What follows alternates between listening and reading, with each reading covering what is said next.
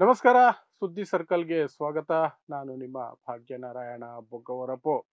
ಎಂಜಲು ಮಾಧ್ಯಮಗಳು ಮತ್ತು ಒಂದಷ್ಟು ಎಂಜಲು ತಿಂದಿರುವಂತಹ ವ್ಯಕ್ತಿಗಳು ಹೊಸ ಸುಳ್ಳನ್ನ ಧರ್ಮಸ್ಥಳ SIT ಕುರಿತಾಗಿ ಹಬ್ಬುತ್ತಾ ಇದ್ದಾರೆ. ಏನು ನಿನ್ನೆ ಎಲ್ಲ ಅವರು ಸ್ಟಾರ್ಟ್ ಮಾಡ್ಕೊಂಡಿರೋ ಹೊಸ ಸುಳ್ಳು ಅಂದ್ರೆ, SIT ಮಾಡಿರುವಂತ FIR ಇದೆಯಲ್ಲ, ಇಡೀ ತನಿಖೆಗಾಗಿ ಒಂದು FIR ಮಾಡಿದೆಯಲ್ಲ, FIR ನಂಬರ್ 39/2025, 39/2025 ತನಿಖೆ ನಡೆಸೋದಕ್ಕೆ ಅಂತ ಮಾಡಿದಂತ FIR ಇದೆಯಲ್ಲ, ಆ FIR ನಂಬರ್ ಇದೆಯಲ್ಲ, ಆ FIR ಅನ್ನೇ ರದ್ದು ಮಾಡಿ ಅಂತ ಯಾರು ಹೋರಾಟ ಮಾಡಿದ್ರು ತನಿಖೆ ಆಗಬೇಕು ಅಂತ ಅವರೇ ಅರ್ಜಿ ಸಲ್ಲಿಸ್ಬಿಟ್ಟಿದ್ದಾರೆ. ಅಲ್ಲಿಗೆ ಅವರದು ಬುರ್ಡೆ ಗ್ಯಾಂಗ್ ಅಂತ ನಾವು ಹೇಳ್ಕೊಂಡು ಬಂದಿದ್ದು ನಿಜ ಆಗೋಯ್ತು.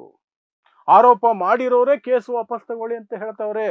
ಇಂಥದ್ದೊಂದು ಸುಳ್ಳನ್ನ ಎಂಜಲು ಮಾಧ್ಯಮಗಳು, ಎಂಜಲು ಗಿರಾಕಿಗಳು, ಇನ್ನು ಒಂದಷ್ಟು ಜನ ಮಾಡ್ತಿದ್ದಾರೆ. ಹಾಗಾದ್ರೆ ವಾಸ್ತವ ಏನು?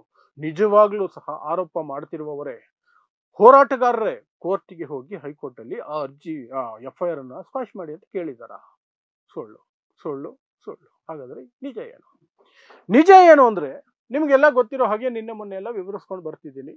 SIT ಮೇಲೆ ಒತ್ತಡ ಬಿದ್ದಿದೆ. ಈಗ ಅಂತಿಮ ವರದಿಯನ್ನು ಕೊಟ್ಟುಬಿಡಿ ಅಂತ ಗೃಹ ಮಂತ್ರಿಗಳೇ ಹೇಳ್ಬಿಟ್ಟಿದ್ದಾರೆ, ಸಾರ್ವಜನಿಕವಾಗಿ ಹೇಳಿದ್ದಾರೆ. ನಾವು ಕೇಳಿದೀವಿ, ಅವ್ರು ಕೊಡ್ತಾರೆ ಅಂತ. ಅಲ್ಲಿಗೆ ಪ್ರಣಬ್ ಮೊಹಂತಿ ಅವರ ತಂಡ ಕೊಡ್ಲೇಬೇಕಾಗತ್ತೆ. ಒಂದಿನ ಆ ಕಡೆ, 2-3 ದಿನ ಆ ಕಡೆ ಈ ಕಡೆ ಆದ್ರೂ ಸರಿ. ಈ ಮಾಸದ ಅಂತ್ಯಕ್ಕೆ, ಈ ತಿಂಗಳ ಅಂತ್ಯಕ್ಕೆ ಅಂತ ಹೇಳಿದರೆ 4-5 ದಿನ ಆ ಕಡೆ ಈ ಕಡೆ ಆಗಬಹುದೇನೋ, ಕೊಡ್ತಾರೆ. ಆದ್ರೆ ಈ ನಡುವೆ ಕೊನೆ ಕ್ಷಣಗಳಲ್ಲಿ ಒಂದಷ್ಟು ಬದಲಾವಣೆಗಳಾಗ್ತಾ ಇದ್ದಾವೆ ಅಥವಾ ಬೆಳವಣಿಗೆಗಳಾಗ್ತಿದ್ದಾವೆ ಅನ್ನೋ ಸೂಚನೆಗಳು ಸಿಕ್ತು. ಏನು ಅಂದ್ರೆ, 4 ಜನ ಪ್ರಮುಖ ಹೋರಾಟಗಾರರಿಗೆ, ಅದರಲ್ಲೂ ವಿಶೇಷವಾಗಿ ಸೌಜನ್ಯ ಪರ ಹೋರಾಟಗಾರರಿಗೆ ನೋಟಿಸ್ಗಳನ್ನ ಕೊಟ್ಟರು.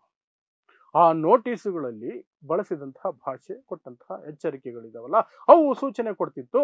ಈ SIT ಅಂತಿಮ ಹಂತದಲ್ಲಿ ದೊಡ್ಡವರಿಗೆ ಕ್ಲೀನ್ ಚಿಟ್ ಕೊಟ್ಟು ಯಾರು ಆರೋಪ ಮಾಡಿದ್ದಾರೋ ಅವರನ್ನ ಆರೋಪಿಗಳನ್ನಾಗಿ ಮಾಡಿ ಜೈಲಿಗೆ ಹಾಕುವಂತ ಸ್ಕೀಮ್ ಅಲ್ಲಿ ಇದೆ ಅಂತ ಅನುಮಾನಗಳು ಮೂಡೋ ತರ ಇತ್ತು. ಯಾಕೆಂದ್ರೆ ಅದರಲ್ಲಿ ಅಂತಹ ಶಬ್ದಗಳು, ಅಂತಹ ಪದಗಳನ್ನು ಬಳಸಿದ್ರು. ನೀವು ವಿಚಾರಣೆಗೆ ಹಾಜರಾಗಿಲ್ಲ ಅಂದ್ರೆ ದಸ್ತಗಿರಿ ಮಾಡ್ತೀವಿ, ಅಂದ್ರೆ ಅರೆಸ್ಟ್ ಮಾಡ್ತೀವಿ ಅನ್ನೋದು, ಇನ್ಮೇಲೆ ಯಾವುದೋ ಕ್ರೈಮ್ ಮಾಡಬಾರ್ದು ಅನ್ನೋದು, ಸಾಕ್ಷಿಗಳಿಗೆ ಬೆದರಿಸಬಾರ್ದು ಅನ್ನುವಂತಹ ಕಂಡೀಷನ್ಸ್ ಹಾಕಿದ್ದು, ಅದೆಲ್ಲವೂ ಸ್ಪಷ್ಟವಾಗಿ ಹೇಳ್ತಾ ಇತ್ತು. ಏನೋ ಇದೆ, ಏನೋ ನಡೀತಿದೆ ಅಂತ. ಸೊ ಅಲ್ಲಿಗೆ ಅದು ಒಂದು ಹಂತಕ್ಕೆ ಹೋಯ್ತಾ. ಆ ಅನುಮಾನದ ಹಿನ್ನೆಲೆಯಲ್ಲಿ ಇವರ ಲಾಯರ್ಗಳು, ಯಾರು ಈ 4 ಜನರ ಲಾಯರ್ಗಳು ಸಜೆಸ್ಟ್ ಮಾಡಿದ್ದಾರೆ, ನಿಮ್ಮನ್ನ ಯಾಕೆ ಅವ್ರು ಇಷ್ಟು ಬಾರಿ ತನಿಖೆಗೆ ಕರಿಬೇಕು, ವಿಚಾರಣೆ ಕರಿಬೇಕು? ಈ ಹಿಂದೆ 9 ಬಾರಿ ನಿಮ್ಮನ್ನ ಕರೆದಿದ್ದಾರೆ. ಪ್ರತಿ ಸಲ ಹೋದಾಗ್ಲೂ 12-16 ಗಂಟೆಗಳು ನಿಮ್ಮನ್ನ ವಿಚಾರಣೆ, ನಿರಂತರ ವಿಚಾರಣೆ ನಡೆಸೋದು, ಬೆಳಗ್ಗೆ ಕರ್ಸ್ಕೊಳ್ಳೋದು, ಮಧ್ಯರಾತ್ರಿವರೆಗೂ ಮಾಡೋದು, ಮನೆ ಕಳಿಸೋದು, ಹೀಗೆ 9 ಬಾರಿ ಮಾಡ್ಬಿಟ್ಟಿದ್ದಾರೆ. ನೀವೇನು ಆರೋಪಿಗಳಲ್ಲ, ನೀವು ಆರೋಪ ಮಾಡಿರೋರು. ಆರೋಪ ಮಾಡಿರೋರ್ನ ಇಷ್ಟು ತನಿಖೆ ಮಾಡ್ತಿದ್ದಾರೆ, ಇಷ್ಟು ವಿಚಾರಣೆ ನಡೆಸ್ತಿದ್ದಾರೆ. ಆರೋಪಿ ಸ್ಥಾನದಲ್ಲಿರುವವರನ್ನ ಒಂದೇ ಒಂದು ಪ್ರಶ್ನೆ ಕೇಳದೆ ಇಷ್ಟೆಲ್ಲ ಮಾಡ್ತಿದಾರಲ್ಲ, ನೀವು ಹುಷಾರಾಗಿರಿ. ಅಂತಿಮ ಹಂತದಲ್ಲಿ ಚಾರ್ಜ್ ಶೀಟ್ ಸಂದರ್ಭದಲ್ಲಿ ಚಿನ್ನಯ್ಯನ ಹೇಗೆ ಆರೋಪಿ ಮಾಡಿದಾರೋ ನಿಮ್ಮನ್ನು ಆರೋಪಿ ಮಾಡಿಬಿಡ್ತಾರೆ, ನೀವು ಹುಷಾರಾಗಿರಿ ಅಂತ ಹೇಳಿದಕ್ಕೆ ಅವರೆಲ್ಲರೂ ಸಹ ಈಗ ಹೈಕೋರ್ಟ್ಗೆ ಹೋಗಿದ್ದಾರೆ. ಏನಂತ ಹೋಗಿದ್ದಾರೆ? ತನಿಖೆನೇ ಬೇಡ ಅಂತ ಹೇಳಿಲ್ಲ, FIR ರದ್ದು ಮಾಡಿ ಅಂತ ಹೇಳಿಲ್ಲ. ಅದರಲ್ಲಿ ನಮ್ಮ ಹೆಸರು ಯಾಕೆ ಬರ್ತಿದೆ? ನಮ್ಮ ಹೆಸರು ಯಾಕೆ ನಮ್ಮ ಹೆಸರು ಬರಬಾರ್ದಲ್ಲಿ? ಯಾಕೆಂದ್ರೆ ನಾವು ಆರೋಪ ಮಾಡ್ತಿರೋರು. ನಮ್ಮ ಹೆಸರು ಯಾಕೆ ಬರ್ತೀರಿ? 9 ಬಾರಿ ನಮ್ಮನ್ನ ವಿಚಾರಣೆ ಕರೆದಿದ್ದೀರಿ, ಮತ್ತೆ ಯಾಕೆ ಕರಿತಿದ್ದೀರಿ? ಇನ್ನು ಕರಿಬೇಡಿ. ಆ ರೀತಿಯಾದಂತಹ ಅರ್ಜಿಯನ್ನ ಹೈಕೋರ್ಟ್ಗೆ ಹಾಕೋರು. SITಗೆ ನೀವು ನಿರ್ದೇಶನ ಕೊಡಿ, ನಮಗೆ ರಕ್ಷಣೆ ಕೊಡಿ ಅಂತ. ಅದಕ್ಕೆ ಅನ್ವಯವಾಗುವಂತೆ ಹೈಕೋರ್ಟ್ ಮಧ್ಯಂತರ ಆದೇಶವನ್ನು ಕೊಟ್ಟಿದೆ. ಹೋರಾಟಗಾರರಿಗೆ ಯಾವುದೇ ರೀತಿಯಾದಂತಹ ಕಿರುಕುಳ, ದೌರ್ಜನ್ಯ ಮಾಡಬಾರ್ದು ಅಂತ ಸ್ಪಷ್ಟವಾಗಿ ಹೈಕೋರ್ಟ್ ಹೇಳಿದೆ. ಸೊ ಯಾರ 4 ಜನ ವ್ಯಕ್ತಿಗಳು ಅಂದ್ರೆ, ಮಹೇಶ್ ಶೆಟ್ಟಿ ತಿಮರೋಡಿ, ಗಿರೀಶ್ ಮಟ್ಟಣ್ಣವರ್, ಜಯಂತ್ ಟಿ, ವಿಠ್ಠಲ್ ಗೌಡ, ಈ 4 ಜನ ಕೋರ್ಟ್ಗೆ ಹೋಗಿದ್ದಾರೆ.